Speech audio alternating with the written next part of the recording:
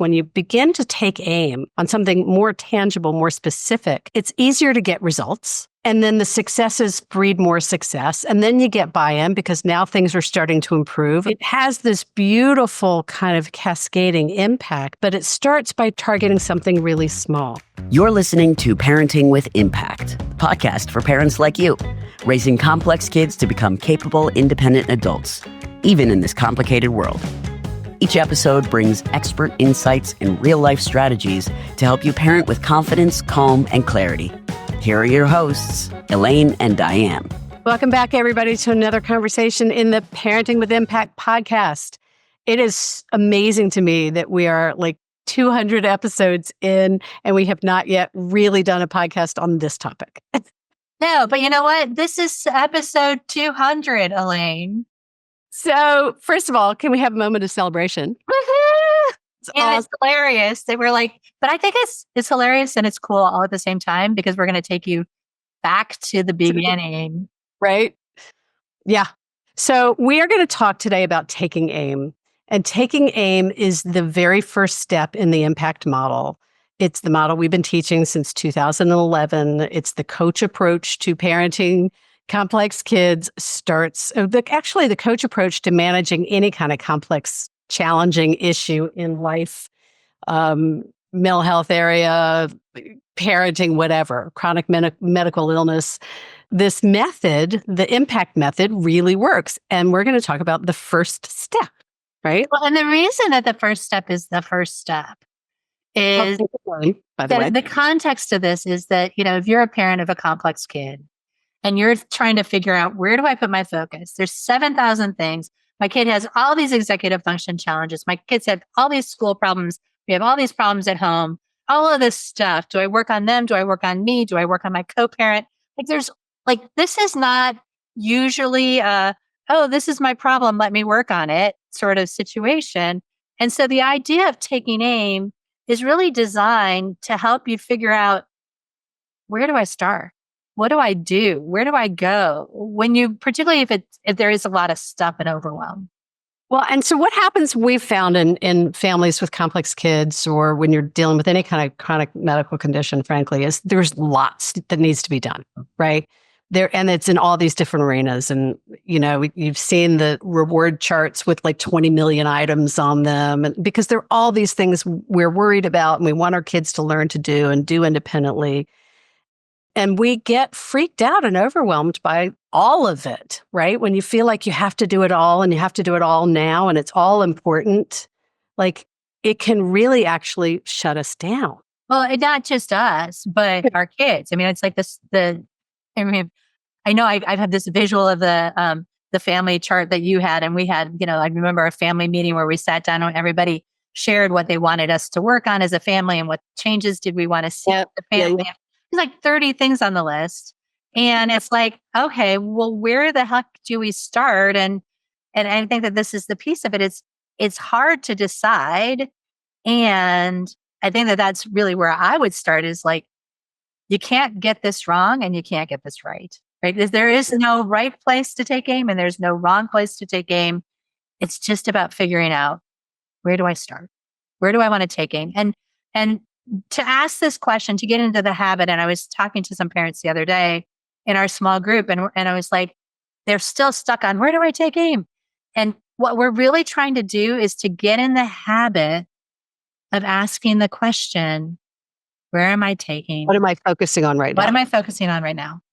So a few things for context. So yes, it's about deciding what's like the questions we ask might be, what's the change you want to see? What do you want to focus on?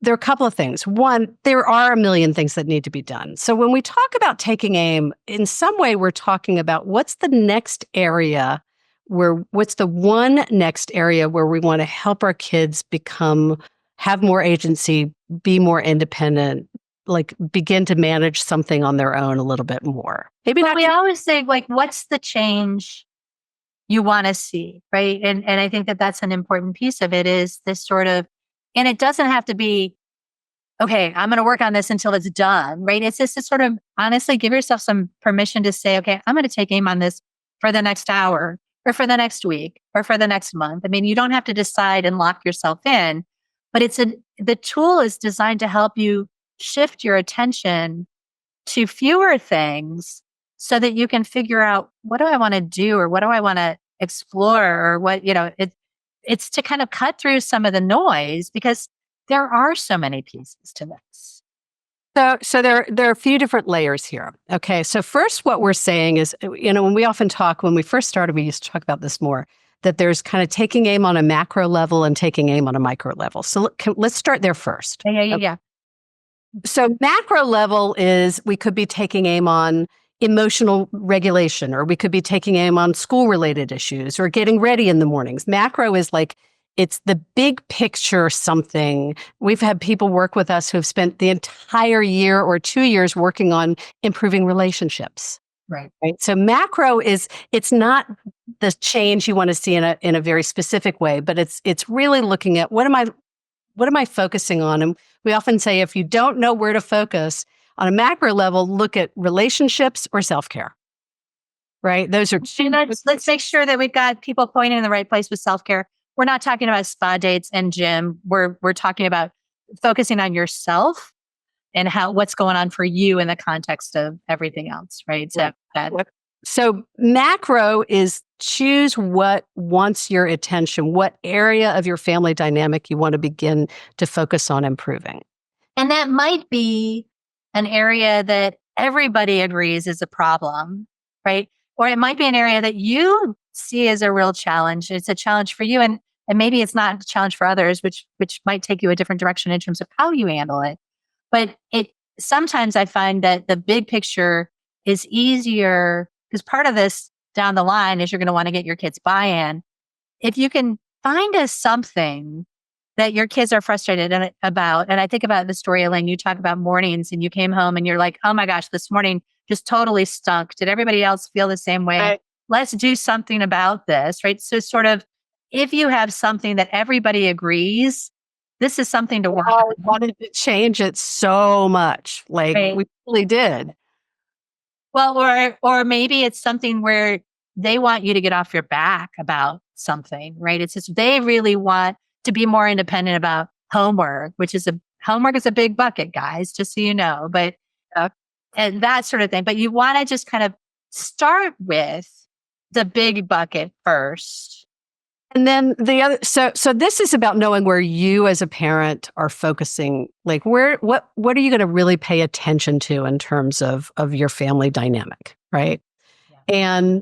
And then you want to begin to look at taking aim on micro levels, like more specifically narrowing in. Again, ask the same question, what's the change you want to see? But instead of something big like making mornings better, then you start getting, as you collect more information, you get more specific about, like, a little bit more to time and place. I might, instead of mornings, big picture, it might be, we might take aim on everybody getting out of bed or everybody getting downstairs at a particular time. Go ahead. What? Well, no. And as I think about the model, like the second step in the model is to educate, to get curious, right? And a lot of times that's the best tool to use when you're trying to do the narrowing down that you're just suggesting. So if I say, okay, I'm going to take aim on mornings. So we ask, like, what's going on? Where are the sticky spots? Is it feet on the floor? Is it they're taking a long time in the shower and it's making us late? Is it that nobody knows what we're supposed to do and we've got a long list of things to do and we're having a hard time getting through this stuff? So what's going on for them? What's going on for me? What's going on from an executive function perspective? And then you might say, okay, you know what? What's really going on is that I'm getting impatient and I'm losing my cool, and it's adding the stress level to the families. So where I really want to take aim on is my stress around being late to school. Or you might find that my kid is taking a long time in the shower. And so you might narrow in and say, I really want to take aim on the amount of time my kiddo is spending in a shower, because it feels like it's part of what's making us throwing off. Right. Yeah. It's throwing off. So the thing about taking aim in this micro level is that there's often a little bit of a time and place associated with it, right? There is something specific. And the beautiful thing about it is when you begin to take aim on something more tangible, more specific, it's easier to get results. And then the successes breed more success. And then you get buy-in because now things are starting to improve and people are starting to get along better. And so it has this beautiful kind of cascading impact, but it starts by targeting something really small. The other thing I want to say about taking aim is let's look at the benefits of it for a minute. Not only does it benefit you, so that you know we're focusing on this and I can kind of scaffold the other things or let other things slide because this is the area we're really focusing on. But it helps your kid know what they're really focusing on and what the expectation is that be paying attention to. And so instead of going through the day with 20 million corrections because they're being told to use their fork and get out of bed and turn in the homework, they're directed all day long. They know that there's kind of one real issue. Maybe it's being nice to your sibling sitting at the table, the breakfast table, that there's one issue that they're really being held accountable to work on. And they can focus and you can focus, and it's a lot easier to see success. Well, and Elaine, I'm thinking about all the parents who, when you just said scaffolding or letting it slide, okay, we're not talking about ignoring unwanted behavior. What we're talking about is tackling behaviors one piece at a time to make it easier for you and your family to actually make change. Because this is what we see over and over again. It's like there's this going on and that going on and the homework and the grades and the chores and the everything else. And it's like, if you're trying to do it all, nobody's going to be able to do anything well. You're not going to do anything well, and nobody's going to see where the successes are.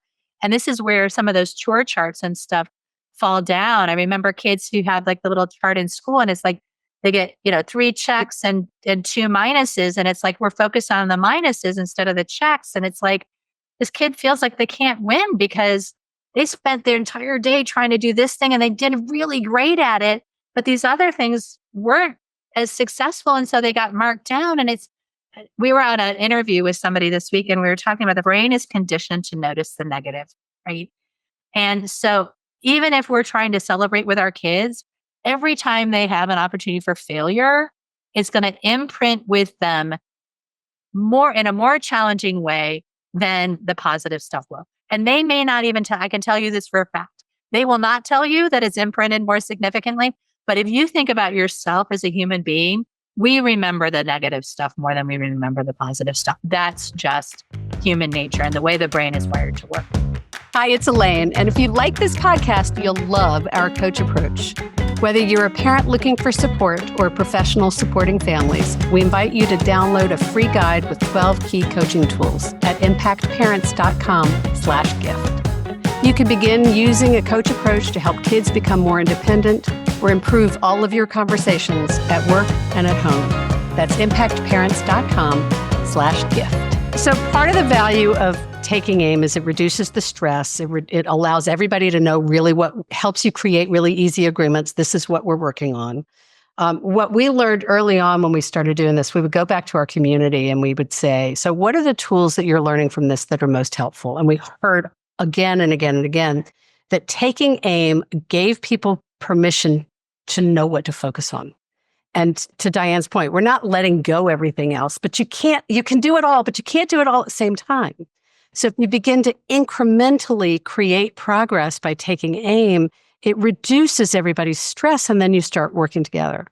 Well, it reduces the stress. And you said this earlier, success breeds success. And so even if I'm just working on the same thing for every day this week, or every day we have small groups that meet every other week. And so a lot of times parents will say, okay, this is what I'm going to take aim on until the group meets again, right? I was going to say for the next 2 weeks. For the next 2 weeks, right? It's just sort of, okay, so at the end of the 2 weeks, you can decide, okay, yeah, no, you know what? I want to take aim on something else. But it's this sort of, you begin to see progress in a very different way because you can say, okay, where were we 4 days ago? And what am I noticing is different? Well, wait a second. Instead of yelling 5 times, today, I only yelled 3 times. So we're just trying to reduce the intensity and the frequency of the unwanted behaviors, right? That's success. It is. And it doesn't feel like it because we're like, that's the reminder, guys. We're looking for progress, not perfection. So the other thing that I hear a lot from parents is this issue of, well, I don't know where to take aim. What do I do? And sometimes what we'll do, and Diane talked a little while ago about getting curious, but sometimes what we'll also do is say, okay, what's in it for them? Like, where is something they want to really be more independent? They want you off their back. They want to see something different. And sometimes instead of taking aim on something you want, like I really want my kid to, go to bed on time or turn off the screens or whatever, you may start by getting some buy-in from them, getting more buy-in over time by starting with a change that they really want to see happen. Even if it's just, this is what I said before, it's like, even if it's just getting mom off their back about something, right? Valid. Or like they may want, like you took a whole thing on stopping yelling and you got your kids involved with you stopping yelling. Believe me, there's something in it for them. Yeah. Well, Right. and I think that as you were saying that, the other reminder about taking aim is that we want to take aim on the problem rather than the solution. I mean, Yeah. come to me all the time, like, my kid needs a structure for XYZ, or my kid needs to use their planner. I'm going to take aim on getting my kid to use their planner. There's the example I always like to give. If we do start, this is what we teach in Sanity School. It's like if you try to put a structure outside of the context of the problem, that's a sticky spot, right? It's just sort of if I'm a planner might be Recipe for disaster is what you really want. exactly, frankly. But it's like the change I want to see is that my kid's having a hard time capturing their assignments. What is it that we want to do to try to improve assignment capture? You may end up with a planner. I want to say that you might end up, but if you're starting with assignment capture, you're going to be more creative. You're going to be more collaborative. You might hit less resistance from your kid because it's like this sort of, okay, you agree that we need to have something that's going to work to capture assignments. Right. And you may come back to it. The piece that's so interesting here is that we have this tendency, right, to look at the solution and say, well, I can see what this kid needs. And so I want them to do this behavior that I know is going to help. I want them to put their laundry in the hamper. I want them to brush their teeth in the bathroom instead of in the kitchen. I want them to, like, whatever it is we see. Right. But when we do that, sometimes what Diane is really saying underneath that is sometimes we're solving the wrong problem. Mm-hmm. Right. And so we don't want the system, the solution to become the goal. The point of a system is to support us in achieving a goal. So the point of a planner is to help our kids capture their assignments or their to-dos. Right. So we don't want, if we take aim on the planner, we're missing the underlying problem that we're trying to solve. And very often when we take aim and we get curious and you go through the model, you actually realize that you might not have taken aim on exactly the right thing. You may circle back and take aim on something different because now you understand what's really going on. Well, and the other piece of it is that when we take aim on something that's a strategy that's ours, we're missing the opportunity to help our kids figure out what works for them. And I gotta tell you, well-meaning parents, the thing that works for you 1,000% of the time may not work at all for them. Right. Yeah. Even if you've got the same flavor of ADHD you think as your kiddo does, like, don't jump to that conclusion that just because it works for you will work for them. And particularly as your kids get older, they're going to resist that. They're going to resist it because it was your idea instead of their idea. So there's this great opportunity to go, let's try a bunch of things. I mean, that's part of what the model does. It's like, let's experiment. Let's not just pick one solution, but let's try a couple of different things and see what we learn from it. And then come up with the longer term strategy that we're going to put in place. So taking aim is about getting everybody very clear on what the changes that you're going to be working on in this moment, in this week, in this whatever time frame you identify. And it's about using that as a foundation for evaluating progress and how change is happening and for helping you find the rewards, right? So instead of 30 million things on a reward chart, like my reward chart ended up being a piece of paper with my kids' 3 names on it. And every time they did something good, I'd say, go give yourself 2 points. I was taking aim on encouraging their positive behavior, right?